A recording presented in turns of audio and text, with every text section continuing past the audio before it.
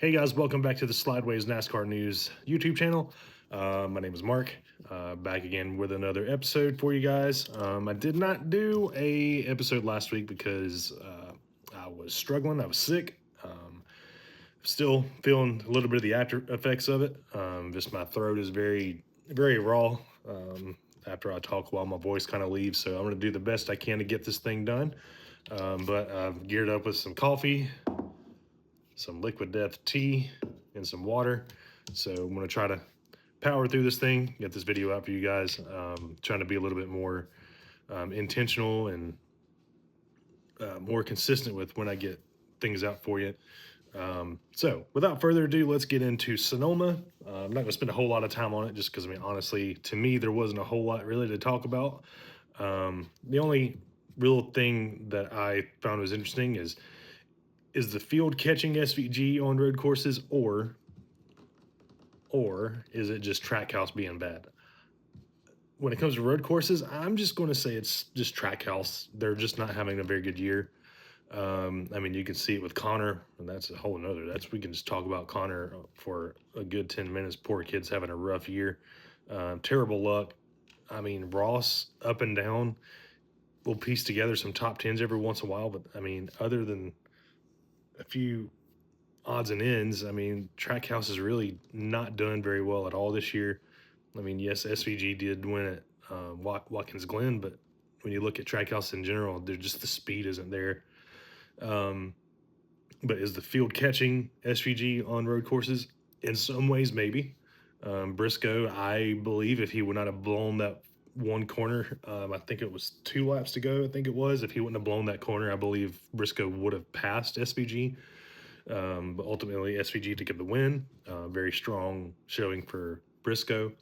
Tyler Reddick had a bad day, lost the points lead.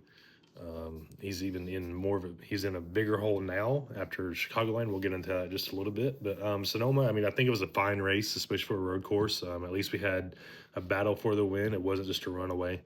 I like the tire fall off that the road courses are having now. Good day for Connor. He was up there battling. Just kind of got off. I think his pit cycle got kind of messed up, but excuse me, told you it's gonna be rough. But good day for Connor. But overall, the race was fine. I mean, road courses aren't my favorite, but overall, good race, good win for SVG. Good day for Ty Gibbs as well. He was third. He was making ground. I think his tires just he ran out of time to catch SVG and Briscoe, but Ty Gibbs had a good day. He's having a good year as well. That's another driver we would keep an eye on throughout the rest of the year. All right, moving on from that, let's get away from Sonoma. Let's go to Chicagoland. Was it a good race? I think so, especially for that track being laying dormant as long as it has. I think it put on a great racing, and the tire fall-off was great. I think the drivers had their hands full a little bit, which is good. The racing was fine. It reminds me kind of Kansas. I mean, those are similar tracks. So in the race, we had the Zane Smith and Carson Hocevar incident. Then we had the SVG and Austin Hill incident. Really couldn't see what happened with the Zane Smith Carson thing. I guess they had some issues earlier, and Zane Smith committed the cardinal sin of taking somebody out. If you take somebody out, don't take yourself out. So Zane kind of learned a hard lesson there. But the SVG and Austin Hill thing has been a topic of discussion. I don't understand why. They weren't really competitive or even a factor in the race, but let's talk about it. Who's in the wrong, SVG or Austin Hill? In my opinion, Austin Hill came down on the SVG. I don't think SVG spun him out on purpose. Could it be payback for San Diego? Who knows? I mean, it was a San Diego. Yes, it was Austin Hill, but it was a racing incident. He overdrove the corner, took out SVG. I don't think SVG did it on purpose, in my opinion. But then Austin Hill is going to come out of pit road and then turn right and hit SVG's left front fender. I think that was uncalled for. So if I had to put blame on somebody, it's Austin Hill. He needs to mature. In the Cup Series, they're not going to, if he does get the nod to be in the Cup Series next year, they're not going to take too kindly to that kind of stuff. And I think a lot of people are trying to give Austin Hill the benefit of the doubt in the Cup Series because, he is having to fill in for, he's, Kyle Busch can never be replaced, but Austin Hill is in that car. I think a lot of people are trying to give him the benefit of the doubt. But I think a lot of his bad habits are starting to show up. His temper starting to show. Um, to me, I have to put it on Austin Hill. I think it was just a racing incident, and Austin Hill just got hot headed as he usually does. Chase Briscoe got the win. Very impressive performance for him. He's been coming into his own here of late. Had a rough start to the year, but he's slowly creeping his way up there in points. He's in the round. He's in the chase at the moment. Had a lot of good finishes here lately. Finished second last week. Poor Christopher Bell. When does the pain end? He's been so close so many times this year. I thought for sure he was going to run Briscoe down. It looks like he kind of overdrove one of the corners towards the end of the race, and that kind of caused Briscoe to get far enough ahead to where he didn't have a shot to pass him. So Briscoe got him a win. Bell, another second place finish. Let's talk about Tyler Reddick. Is Tyler Reddick in free fall? Had another mechanical issue this week. So is Tyler Reddick in free fall? I don't know, because I don't really look at mechanical failures as being. I think it's just one of those crazy things that happens in racing, unfortunately. But I did say at the beginning of the year, to hold on, because just because he had an over 100-point lead doesn't mean it's going to stay that. And look what happened. So I don't necessarily think he's in free fall, but it's definitely hasn't been a very good couple weeks for Tyler Reddick at all, especially with Denny Hamlin being as hot as he is right now. William Byron, it's really baffling me. They've shown speed every once in a while, but they'll get out in front and then they just fade. I don't know if they're just not making the right adjustments. Is it just because Toyota is just better than everybody else right now? Chevy's still struggling with the new body, but usually Chevy, when they have a new body, about at least halfway through the year, they're getting it figured out. Ford is having some issues.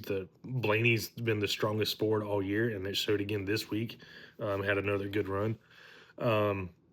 Alex Bowman with a good run this week, a top 5. Good for him. He was the last time we were at Chicagoland, he won the race. So good job for Bowman. I believe he was the last winner at Chicagoland. I could be wrong there, but good, strong run for Bowman. It's good to see. Hopefully his luck runs, because we like to see Alex Bowman running well. He's a good guy, good driver, good personality. Hopefully we get the contract things sorted out at Hendrick soon. So I'm not gonna get into that today, but hopefully all that gets resolved pretty soon. And I hope to see Alex in a Cup car. But good run for him. I think, like I said, I think the race was good overall. Honestly, I think Denny Hamlin may have had a shot at the win if he wouldn't have overdrove the corner and put himself on the wall there towards the end. I think he could have had a chance to get up there and make it interesting. And speaking of Denny Hamlin, and that kind of leads into the next question, or the next thing we're going to talk about. Should we bring back Chicagoland? In my opinion, we should. Honestly, like, the San Diego street course was cool. I just think we don't necessarily need it. We could get rid of the street course and keep Chicagoland. I'm okay with that. I think that it still produces great racing. But now, as Denny said, it sounds like they need to do a lot of updates to the facility. I saw a lot of things on Instagram. Traffic was a nightmare just trying to get to the race. People being stuck in traffic just barely outside the track for 2 hours. There's a guy I follow on Instagram. He said he was just, you could see the track, but he was still in standstill traffic. He missed the whole first stage of the race. So Chicagoland definitely needs to upgrade their parking situation, have better traffic flow. And then Denny Hamlin was talking about on his Actions Detrimental podcast that a lot of these tracks need to do that. Let's maybe stop trying to find new places to go and fix what we have. I mean, honestly, he's got a point. I mean, NASCAR has the money to do it. SMI has the money to do it. Let's make the fan experience better at the track. I mean, it's the cheapest ticket you can sporting event you can go to. Not saying that, it's a cheap sport, it's not. But if we want to bring people to the track, yeah, the tickets are affordable, but then parking's a nightmare. You have to walk a crazy distance just to get to the track, which it doesn't bother me. I mean, but not everybody can walk like that.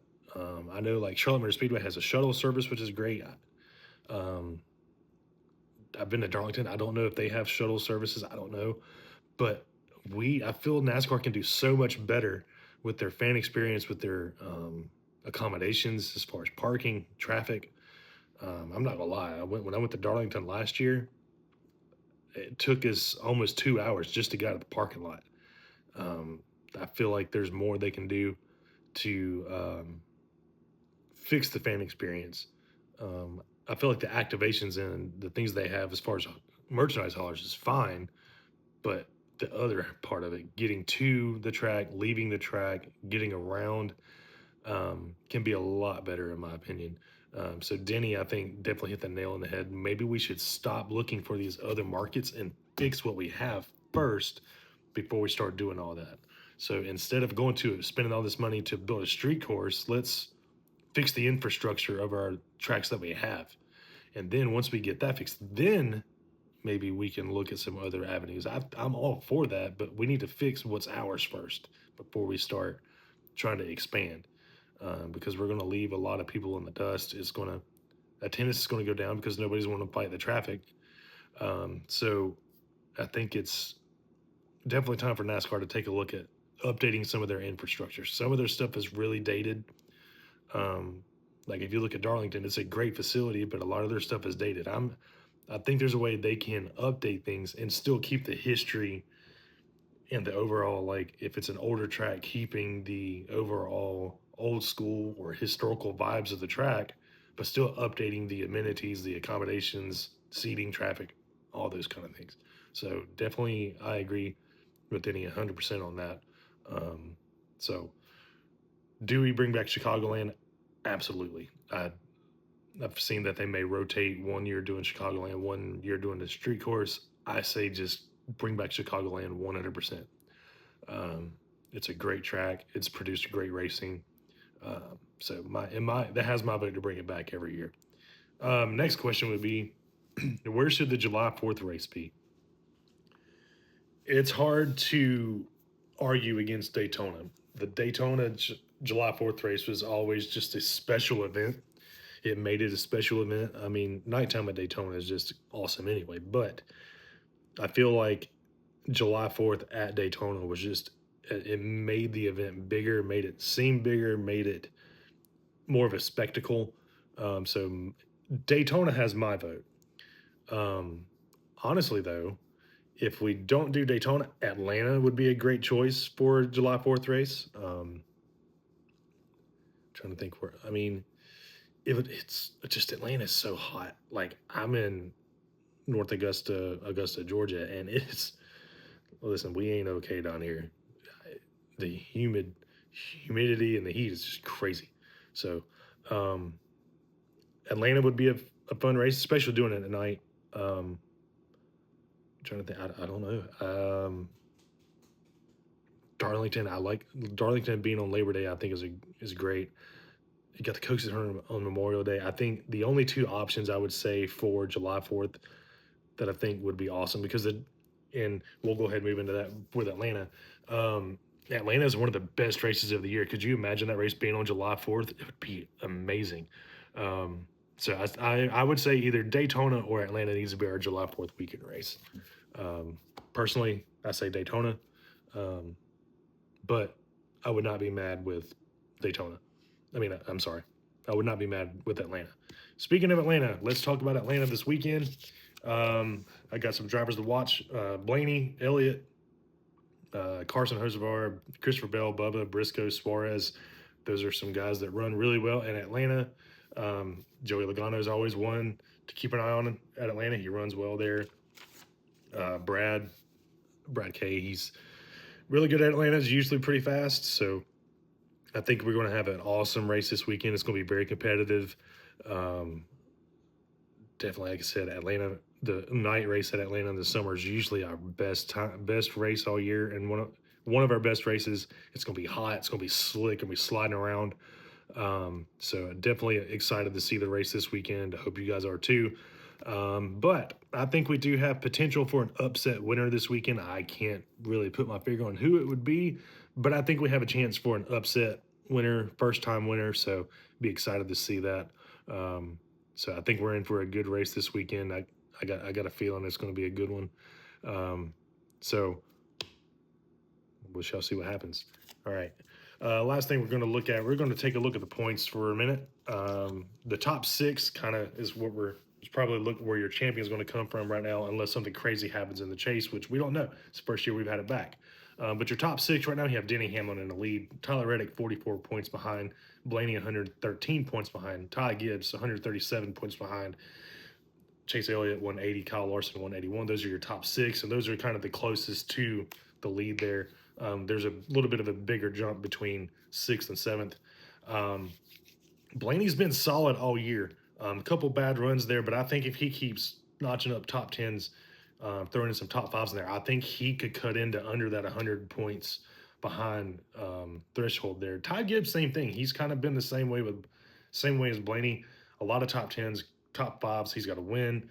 I think if him and Blaney kind of start having similar runs, I think they could go within that under 100 points behind range. Elliott and Larson, I don't see that happening, but Blaney and Gibbs have a shot to do that.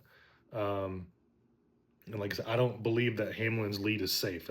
Tyler Reddick could catch fire again. It's not out of the realm of possibility that Blaney catches him before the chase. We shall see. It should be very interesting to see how it runs. This points battle is actually kind of very interesting to me. All right, and now let's look at the bubble watch. So looking from 14th to the 16th, and then SVG is 30 points ahead of 17th. Austin Cindric is 27 points above 17th, and Eric Jones is in the 16th spot, and he has a 4-point lead over Ryan Preece. Joey Logano is 16 points out of 16th, and then the AJ Allmendinger is 19 points out of 16th, which to me is very impressive because if you look at Colleague, obviously they have the Ram deal going on, so they're not getting a lot of funding or a lot of information from Chevy on the Cup side. So for AJ Allmendinger to be 19th in points and only 19th in points and only 19 points out of 16th, I think to me is a very impressive stat line for AJ Allmendinger, especially with his team not getting any kind of support, information, very minimal support from Chevy. So I think that's something that if AJ Allmendinger can somehow make it into the chase, I think that may be one of the biggest, most underrated stories of the year with him making the chase. I think it would be an awesome story. I don't know if it's been talked about on TV or not, but it's just very interesting to see how close he is to that 16th spot in the chase. It'd be very interesting to see if he's able to kind of reel it, how close he can get by the time the chase starts. All right. Well, I powered through that. Hopefully we have a good race this weekend. I'll have another episode come out one day next week. I'm not sure which one it'll be. But I hope you guys enjoy this video. I hope you guys subscribe. Like I said, my goal is to at least get to 50 subscribers and we can do some lives, things like that. So watch this video, like it, subscribe, share it with your friends, have them like, subscribe, and then give me a follow over on Instagram, Slideways NASCAR News. And hope you guys have a great week, and we will talk to you next week.